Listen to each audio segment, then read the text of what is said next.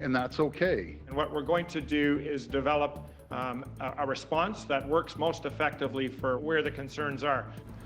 More tests, more contact tracing, stepped up outbreak management. The province unveils its new plan to fight COVID-19.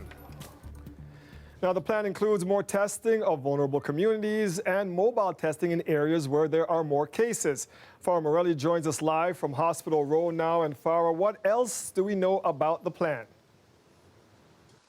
Dwight, what we know is that the plan aligns pretty closely to what we've been hearing from the Premier over the past weekend. For several weeks, the province has been talking about stepping up when it comes to testing. What we got today was a snapshot of what we can expect from the government in the coming months.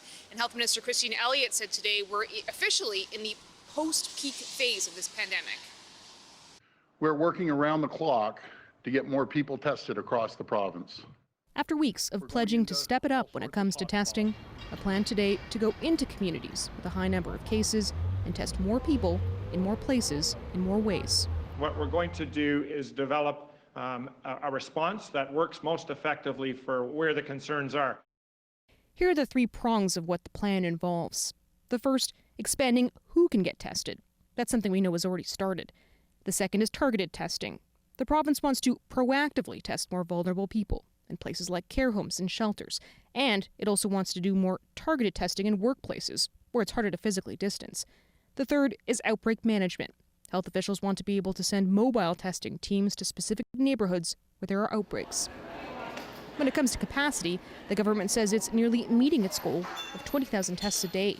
It's not just about sheer number of tests done and sheer number of positives. It's also making sure that when we identify positives, that our contact tracing is done efficiently, in a way that we can actually interrupt the chain of transmission. We're going to ramp up the tracing as well.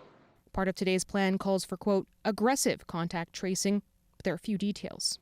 There's really no point in informing public health that you have a patient who you think has COVID unless the contact tracing starts right away.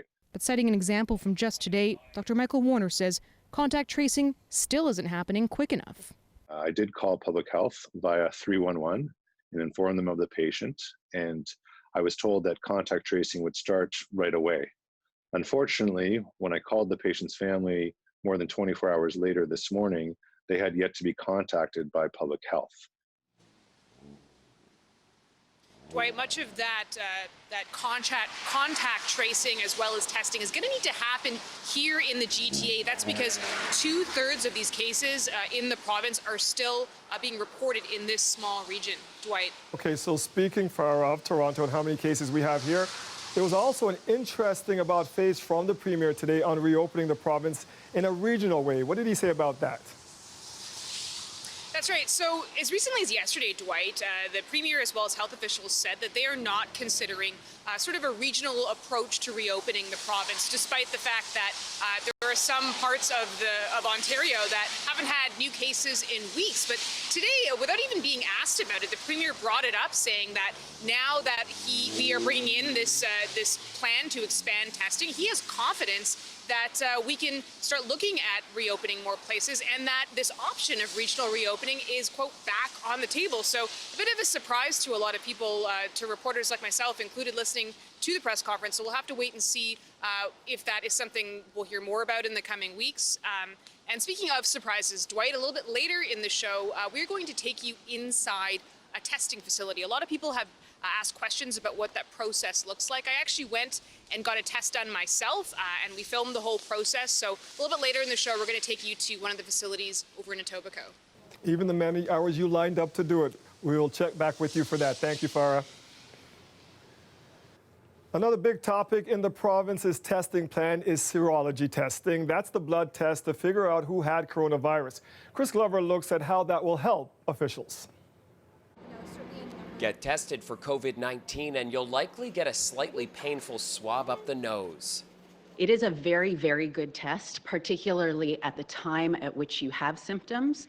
Because of the considerable efforts of every Ontarian, we have entered the post-peak phase of our fight. Now, as Ontario's health minister shifts gears in the pandemic response, we must know who had COVID, even if they never showed symptoms. That's where a little prick of the finger and a blood test may become invaluable. Is it ready for prime time for an individual basis? I would say no. Dr. Vanessa Allen with Public Health Ontario says a blood serum test after infections can show if you had COVID-19, but it's not effective enough yet for widespread use. There's a high probability that it'll be a false positive, as high as 50%, so flipping a coin. Unlike other diseases where antibodies are protective and well-researched, scientists need to know if you build up COVID-19 antibodies, will you get it again? We also do not know if you have these antibodies, whether that means you're protected or immune. The US had opened its door to many tests, and the result was a lot of chaos because the data quality was so poor. Epidemiologist Ray Wattianandan says so far Health Canada has only licensed one serology test for COVID-19, but ultimately the test will help develop a quality vaccine. It's possible that this thing will only grant immunity for a couple of weeks, might be a few months, might be years, might be a lifetime. We just don't know. And that kind of information is important for how we build our vaccines, how we calibrate the vaccine. Your blood could be helping and you might not even know it. Public Health Ontario says more than 40,000 past blood donations from Canadian Blood Services will be tested for COVID antibodies.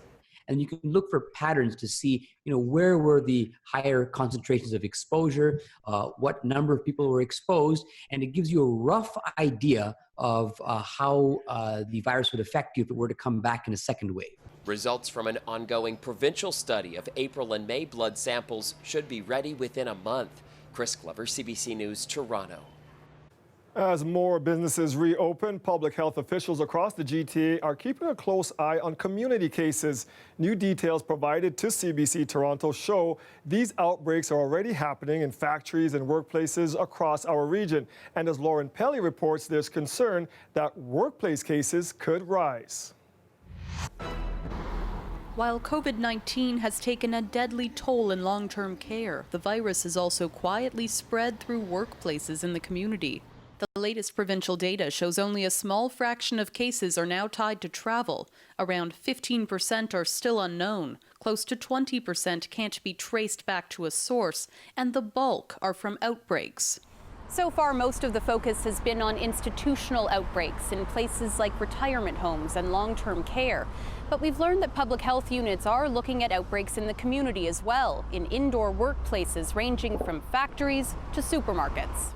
Manufacturing plants, meat processing facilities, and delivery companies are experiencing clusters of cases in different parts of the GTA.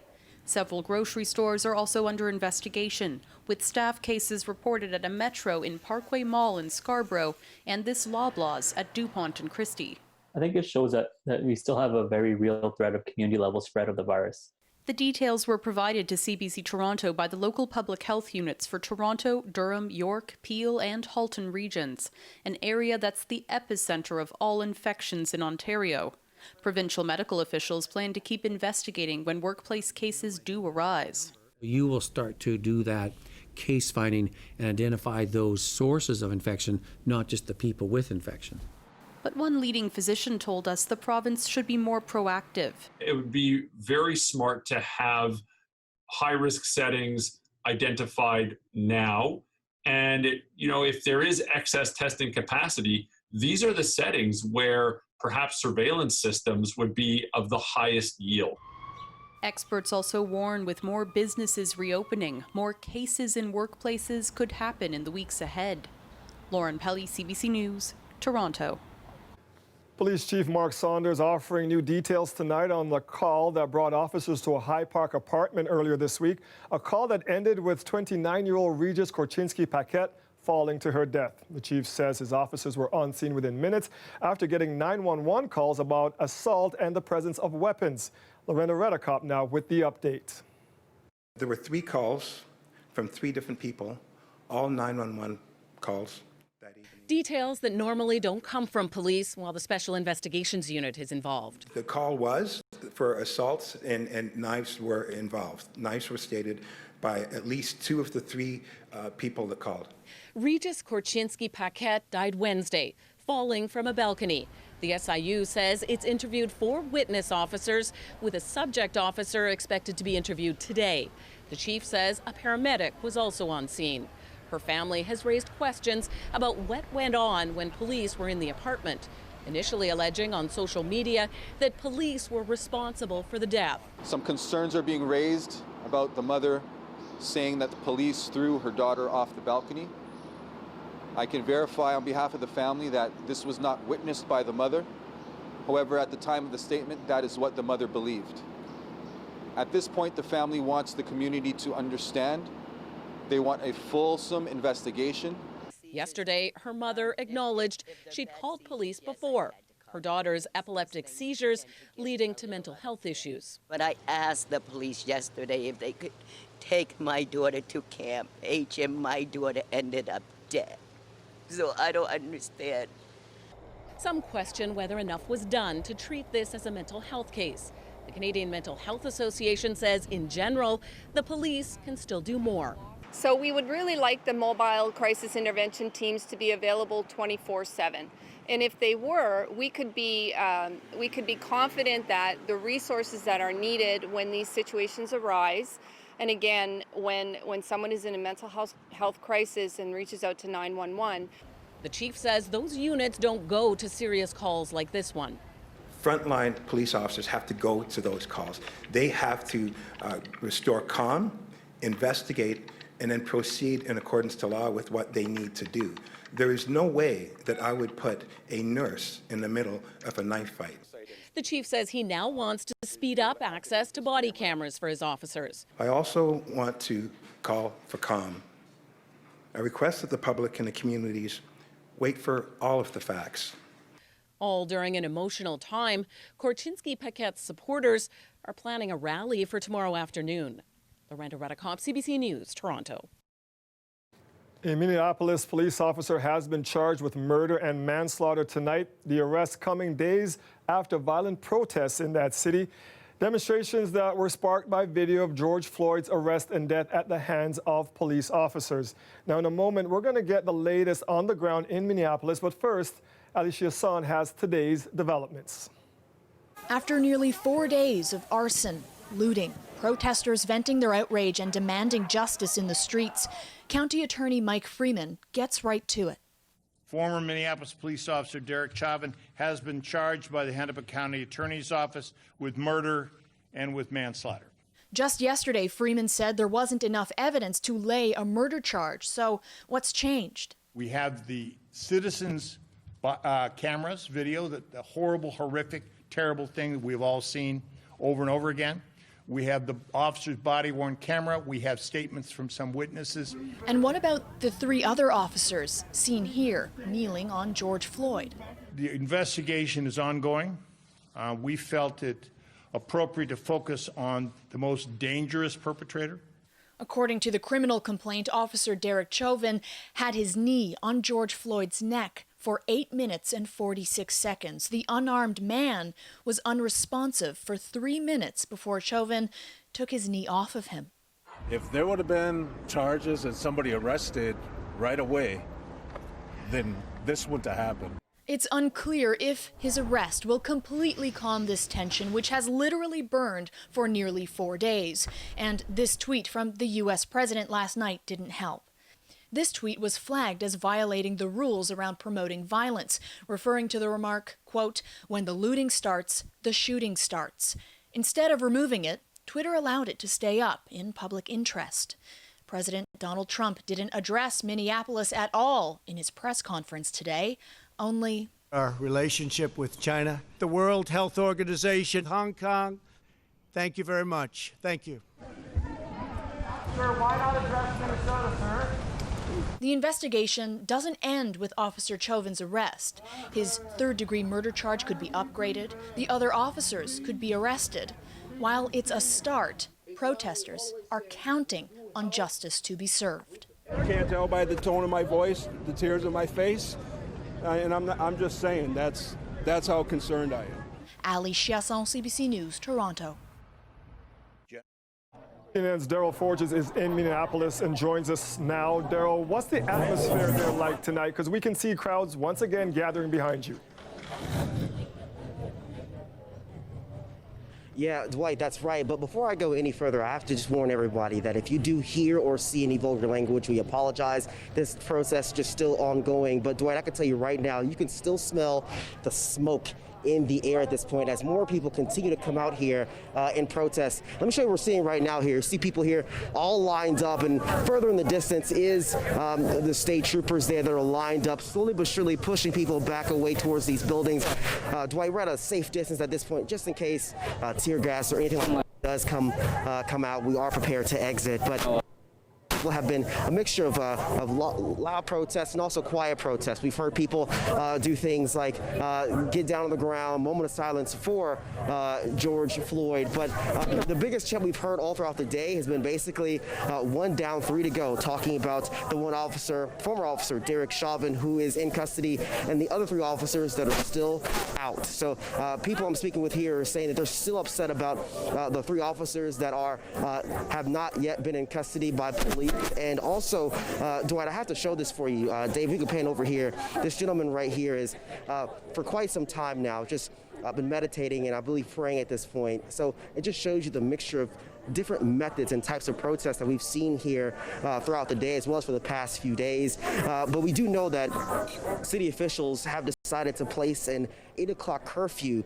for this area for tonight. But speaking of protesters at this point, they're saying that they're going to continue to stay out here all throughout the night. Of course, the biggest fear with city officials is more possible looting, more protests, more rioting because of those other 3 officers that are not in custody. And also the former officer who is in custody has a 3rd-degree murder charge. A lot of people I'm speaking with out here say they believe that it should be a 2nd or 1st-degree murder charge. So at this point, people here, even though that one former officer is in custody, many people I'm speaking with out here, Dwight, believe that that is still not enough. Dwight? It certainly seems that way. And before you go, Daryl, I want to ask you about safety even for yourself tonight. We saw one of your CNN colleagues was actually arrested doing their jobs last night. Are you going to do anything differently as you try to cover this tonight? Yeah, you know, Omar, I know him very well, and he's one of the nicest, most professional people you could possibly meet. Seeing what happened to him really made us really be very cautious about what's going on.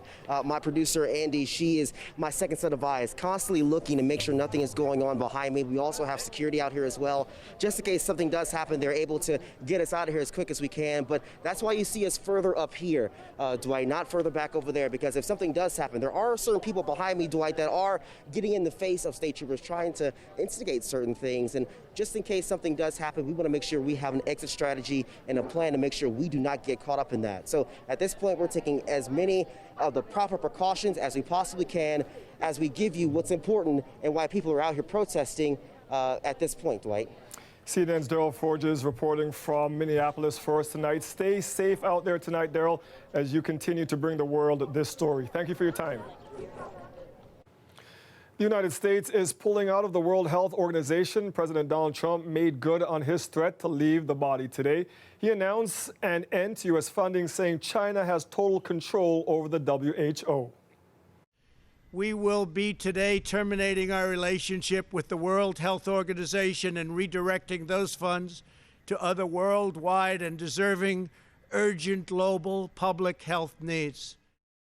The U.S. is the largest contributor to the WHO, and Trump says China pressured the organization to mislead the world when the novel coronavirus was first discovered. He also says he'll roll back some of the special preferences the U.S. has granted to Hong Kong. He says China has replaced its promise for Hong Kong of 1 state, 2 systems with 1 state, 1 system.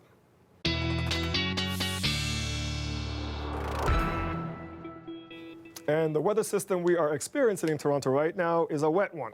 It is a wet one, Dwight, and it's making some big changes for us, bringing in some cooler air, but also bringing in some air that's a little more comfortable, not nearly as sticky. Well, all week we look at the weather headlines. Today we get to look at the weekend headlines here. Haven't seen you all week. What am I talking about? I'm talking about temperatures that are cooler for overnight lows. For example, tonight's overnight low we have not seen since last Saturday. And some of the temperatures we're going to see overnight into the weekend, we haven't seen those for more than a week.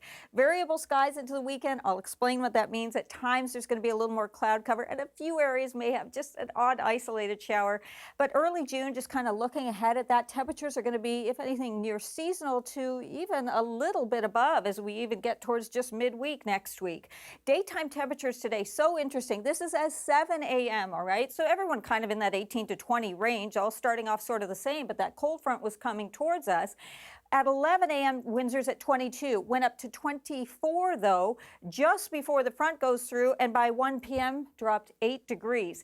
Now, Toronto starting to come up midday, 25, Ottawa at 27. Then the front goes through, drops us down into the teens, but Ottawa still in the mid-20s. It just illustrates so well as that front goes through. Along it, yes, some showers and some thunderstorms, still a watch and a warning, but that's well to the northeast of us. We're even seeing most of the moisture moving out. I know it's still wet out there now, but over the next hour will continue to dry out, so those showers leaving us.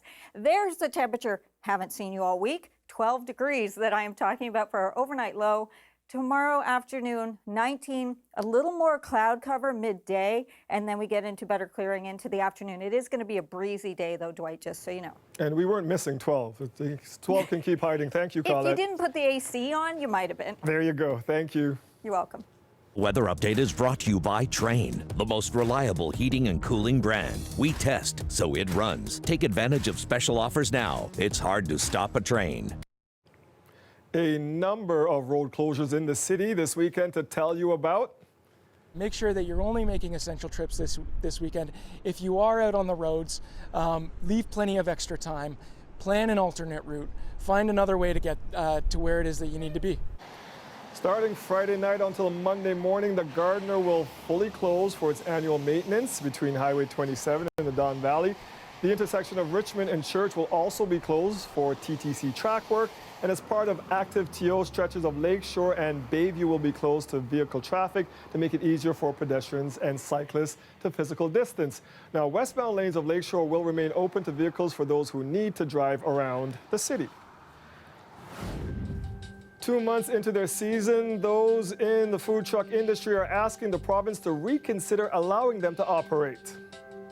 Food trucks, there's an argument to be made, are a lot more safe than a lot of other food service establishments, just because they're located outside and it's a lot easier to keep the distance.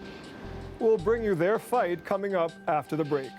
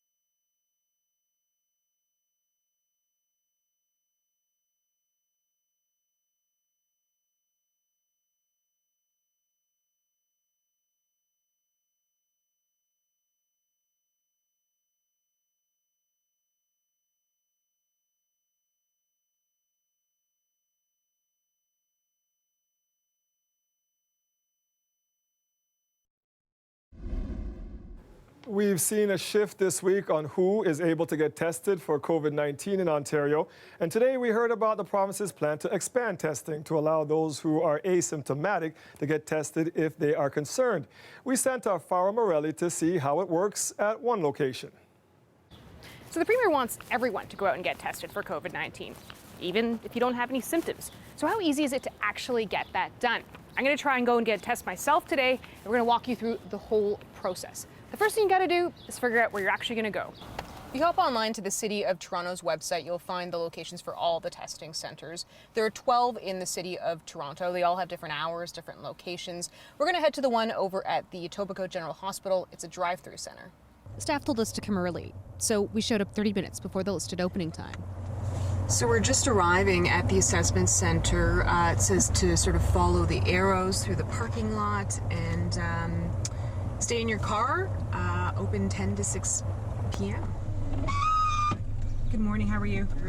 Someone from security gave me this sheet to fill out. It's basically just a screening tool that I got to put all my information in. And he told me the wait should be about an hour.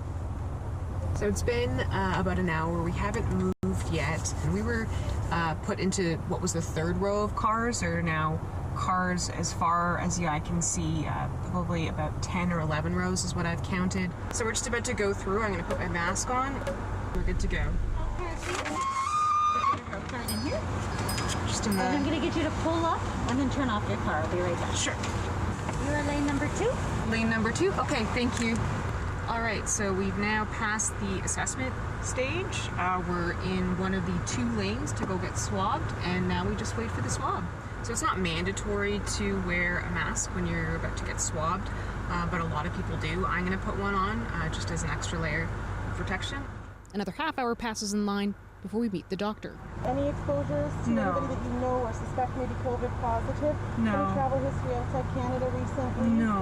Okay, very good. And any symptoms like fever, chills, shortness of breath? I have to ask you. No symptoms, no. Perfect. Okay. So you're going to get swabbed today. As soon as there's space, just pull up. Just pull your mask bit down and keep your mouth covered. Okay, like that? Yes. Little more. Little bit. Yes, like that. Sit back and tilt it. So I'm going to go a little further. It's going to be a bit uncomfortable. That's it. That's it. Okay. And yes. All right. Thank you very much. Right. That was a little uncomfortable. It really goes all the way in there for a long time. It's been a little bit more than 2.5 hours since we pulled in, and we're now able to exit. And what they've told me is that it'll take probably 1 to 2 days to get the results. So now we just wait some more. Okay, so good news and bad news. Good news, you can get tested for COVID without any symptoms, but be prepared to wait. The bad news, even if your test comes back negative, that doesn't definitively mean you don't have COVID. The doctor told me they have what's called a 30% false negative result, meaning if you start developing symptoms after you get your test back, you still got to come back and get tested all over again. Farah Morelli, CBC News, Toronto. Good advice there. It's been a completely different start to the season for the dozens of food truck operators in our city. With offices closed, events canceled, and weddings postponed, most trucks have stayed put this spring. Plus, there's confusion about whether they're even allowed to operate, and if they can, some are hoping the city will ease restrictions during the pandemic. Angelina King has more. Any other year, Feasto's truck would be parked downtown today, serving dumplings to a lineup of people or set up at festivals and events like the CNE. But this year, the truck has stayed put in a parking lot, unused. We are 2 months into our 7-month season, and we haven't really been able to run our business as we would usually do. So they're selling frozen dumplings available for pickup from the kitchen or free delivery. We technically can't operate. We're not included in the province's list of essential businesses. It's somewhat of a gray area. Jason Bellissimo organizes food truck events and says owners are getting different information from the city compared to the province about whether they can operate. Because of that, he says a handful of trucks are running. Bellissimo had more than 80 food truck events planned for this season. He's trying to organize a safe replacement, but can't move ahead without clarity on the rules. He also thinks trucks should be able to operate during the pandemic, similar to how restaurants are offering curbside pickup with call-ahead orders. They're located outside, and it's a lot easier to keep the distance. The City of Toronto couldn't confirm to CBC whether food trucks can operate, saying it's currently reviewing provincial orders. The province says owners should determine if they fit into any categories on the essential business list, and if they do, then decide whether to open. When they are operating, food trucks have a lot of rules to follow, and they need certain permits depending on where they park. If they're on the road, they have to be at least 30 meters away from any restaurant. There can't be more than 2 food trucks per block, and they can only open for 5 hours at a time. There's no harm in easing the rules, and I think we would, provide a good service to the city. Especially with restaurants closed or not offering dine-in service. Mock hopes she can get the go-ahead to operate for at least part of the season in an industry she says was forgotten about during the pandemic. They just didn't think food trucks because they don't think about us often. But until she gets the green light from all levels of government to operate safely, her truck is staying put. Angelina King, CBC News, Toronto. CBC has learned new details today about the investigation into the deadly shootings in Nova Scotia, including that local police were warned years ago about the suspect. We'll bring you that story after the break.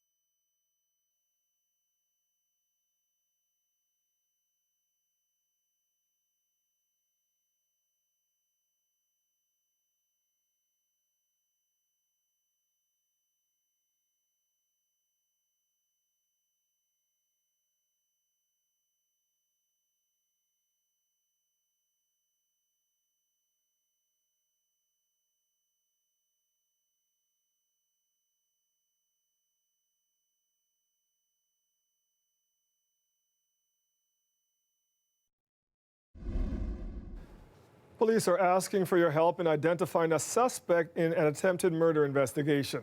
Now, Toronto police released this surveillance video of the incident that happened on May 11th. It shows a man getting out of his car and shooting multiple rounds into another vehicle. The suspect fled the scene and was last seen traveling eastbound on John Garland Boulevard towards Kipling. The victim suffered non-life-threatening injuries. Police are asking anyone with information or possible footage of the area at the time to contact them. New information is surfacing about the man accused in the mass killing in Nova Scotia last month. CBC has obtained documents that show local police were warned years ago that Gabriel Wortman wanted to kill a police officer and that he had been investigated for other threats. But the RCMP say that information was not available during the attack in April. Elizabeth McMillan has more. 9 years ago, a source told a municipal police officer in Truro that a denturist wanted to kill a cop.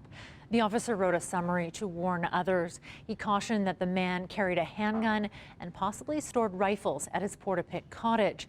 His bulletin went out to policing agencies across Nova Scotia. The Halifax Regional Police had already investigated the man who went on to this April shooting rampage. In 2010, they looked into allegations he threatened to kill his parents. That investigation determined there was not enough evidence to warrant charges. After the bulletin the following year, in 2011, officers in Halifax talked to the man's relatives again. That second investigation found no guns in Dartmouth, where he lived and ran a clinic. The force had concerns about weapons at his cottage in Portapique. RCMP is responsible for that community, so Halifax police say they referred the concerns about guns back to them. It's unclear if the Mounties took any further action, and there are some contradictions about who was responsible for the tip. I don't know what was done or what wasn't done at the time. I can tell you we didn't author the bulletin, and the principal residence, I believe at the time, was not in our jurisdiction. That's what I can tell you. Our officers did have the information at the time. However, on April 19th, we did not have that piece of information because the bulletin was not available to us. Clark says RCMP typically only keep the warnings like the one sent out in 2011 for 2 years, and she couldn't say if that type of information would have helped the officers called to the mass shooting. Elizabeth McMillan, CBC News, Halifax. Ontario's chief coroner will hold an inquest into the death of Samuel Brown, a deaf and blind teen who died at a provincially run school for the blind in Brantford. Samuel was very joyful, vibrant. Samuel wasn't able to voice, and so we're here to voice for him, and we do not want to be silent about things that matters. The 18-year-old was found unresponsive in his room at W. Ross Macdonald School for the Blind in February of 2018. Preliminary coroner's reports had conflicting causes of death, one saying pneumonia and another saying natural causes. The Brampton family says they hope the inquest will clear up some confusion about his death, providing them with answers 2 years later. And a man is dead after a house fire in Oshawa earlier today. When firefighters arrived at the Pearson Street address, there was very little smoke and they were able to quickly contain the blaze. Now, police officers entered the home and located a body. The coroner is now determining the cause of death. The fire marshal's office is also investigating. City staff are working on clearing a homeless encampment onto the Gardiner. There's been an agreement that this site will be cleared. Everybody's been housed or offered housing, but there has been some negotiation on the best way to clear this site and how much warning to give and storage areas and so forth. A bulldozer arrived at the encampment this morning. The city says that those who resided at the camp have all been offered housing, and they are working on bringing in shipping containers for personal belongings. Advocates say another camp down the street near Spadina in Lakeshore will also be cleared. I think we're living in some pretty exciting times, and I think it's really cool. It's Markham's new way of detecting potholes, covering more ground with less of a cost. We will introduce you to Rover coming up. A familiar face here at CBC is saying goodbye tonight. Our Parliament Hill reporter Julie Van Duzen is retiring, and this is her last day. She has spent years chasing politicians and bringing you the important stories from Ottawa. Here is a quick look back.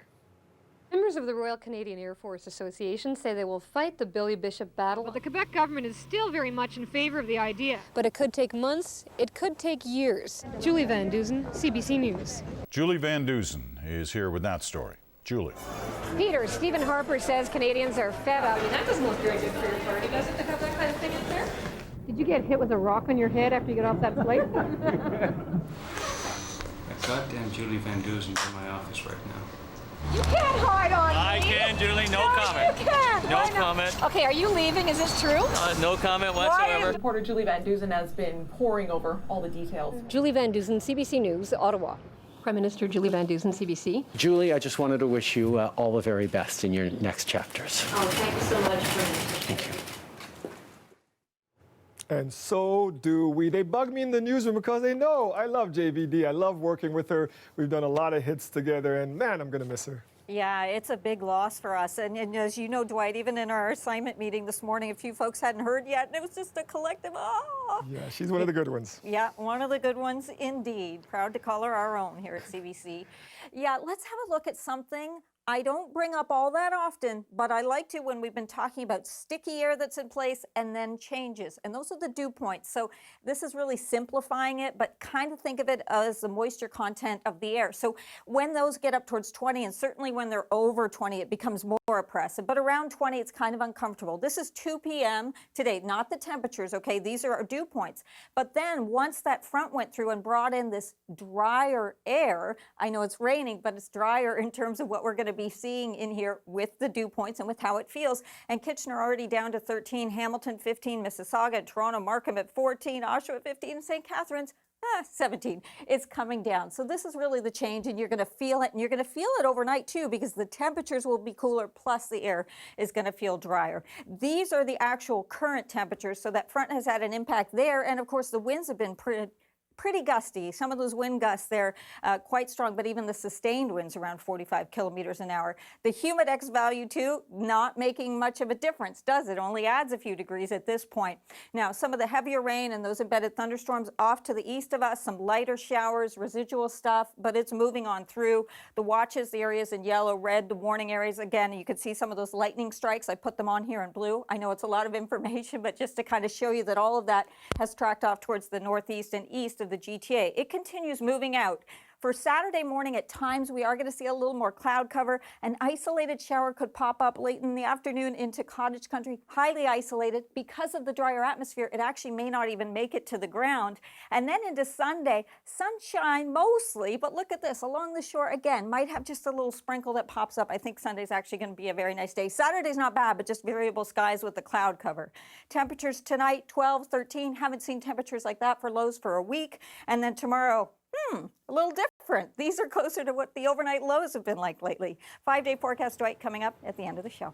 Thank you, Colette. You're welcome.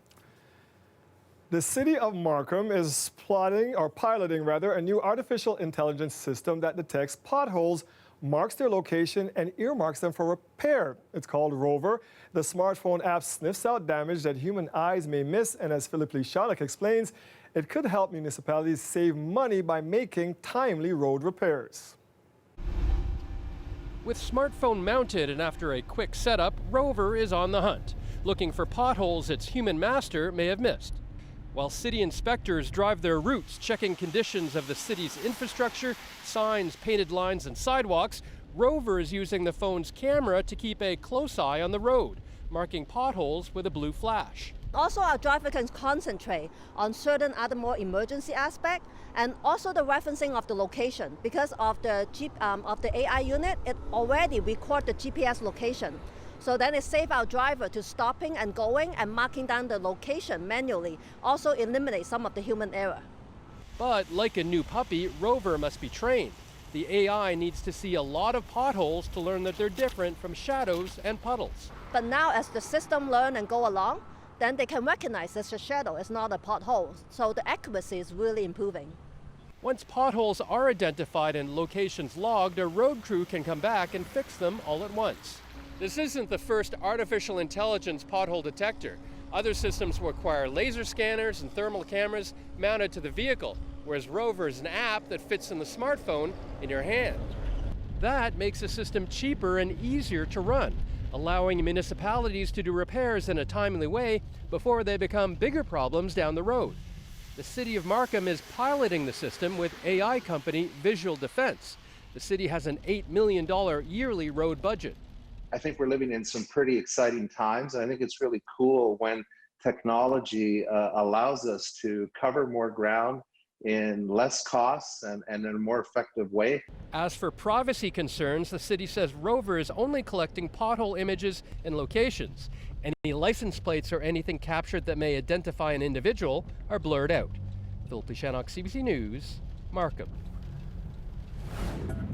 While people were sent to work from home to protect themselves from COVID-19, some are finding issues due to their new workspace. You're working at your kitchen table, or you're the island, or sitting on the couch, and it's putting the body into awkward, prolonged positions. Now some are needing extra support to get them through this pandemic. We'll tell you what you can do coming up.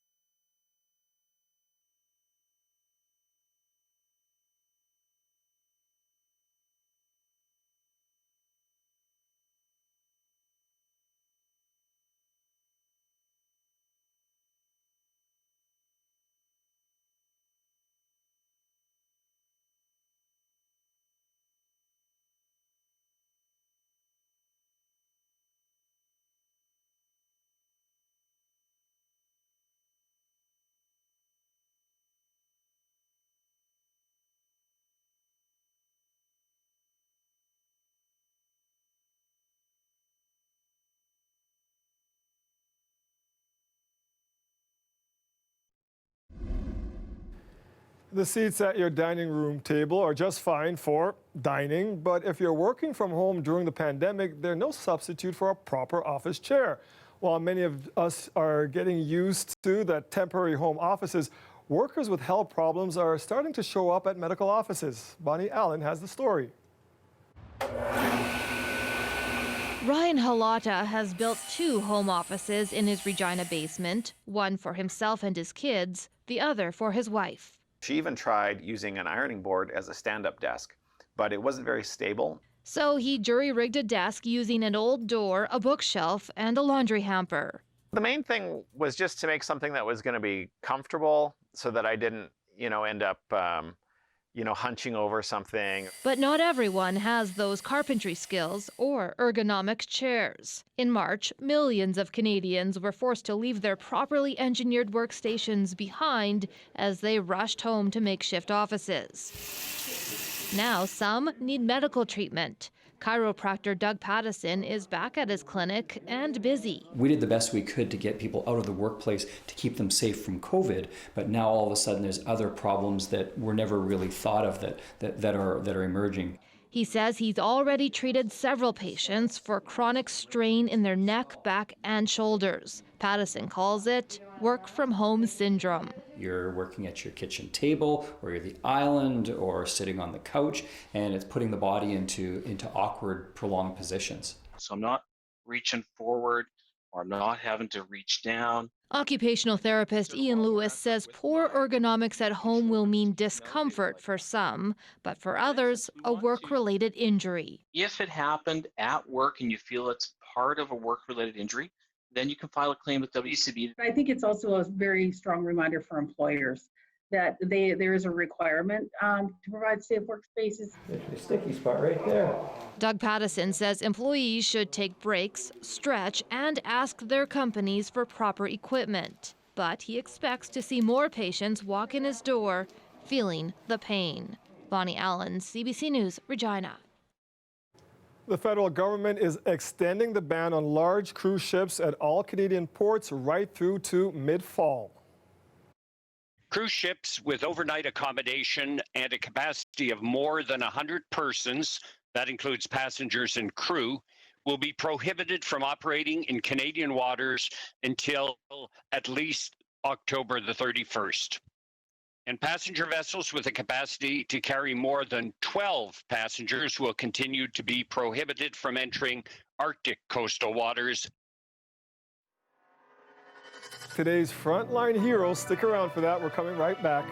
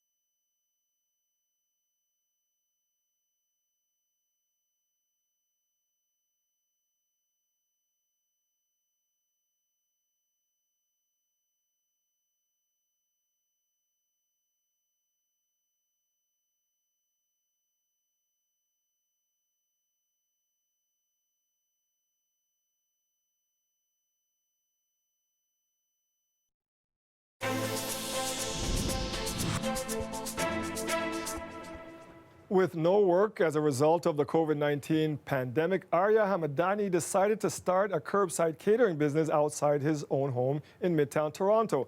Every Saturday, Hamadani whips up a different type of pasta for purchase, but he wanted to give back too. He planned to hand out free meals to police and firefighters, but unfortunately, they didn't show. So with a little perseverance though, Hamadani made sure our first responders did not go hungry.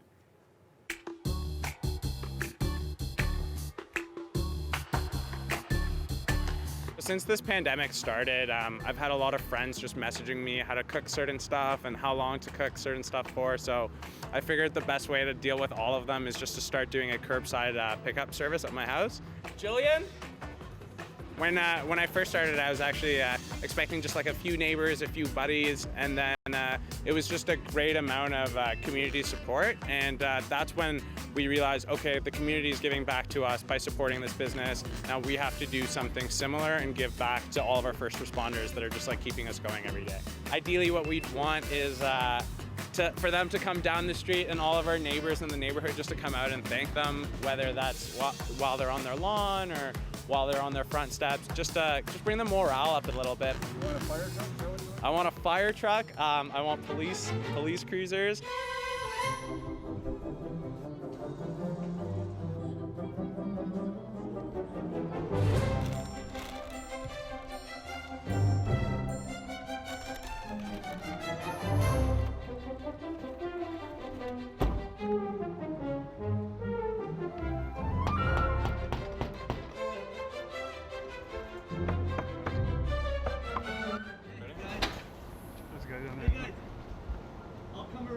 Okay, thank you. Open the big doors out front?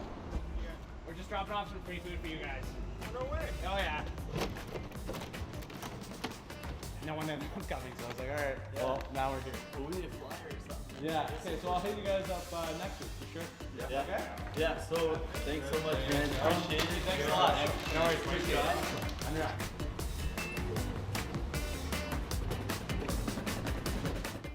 Thank you, Arya. And you know what? Those firefighters, they like food, right? I've eaten at a couple of firehouses. They're pretty good cooks themselves. So that was really nice of him to do that.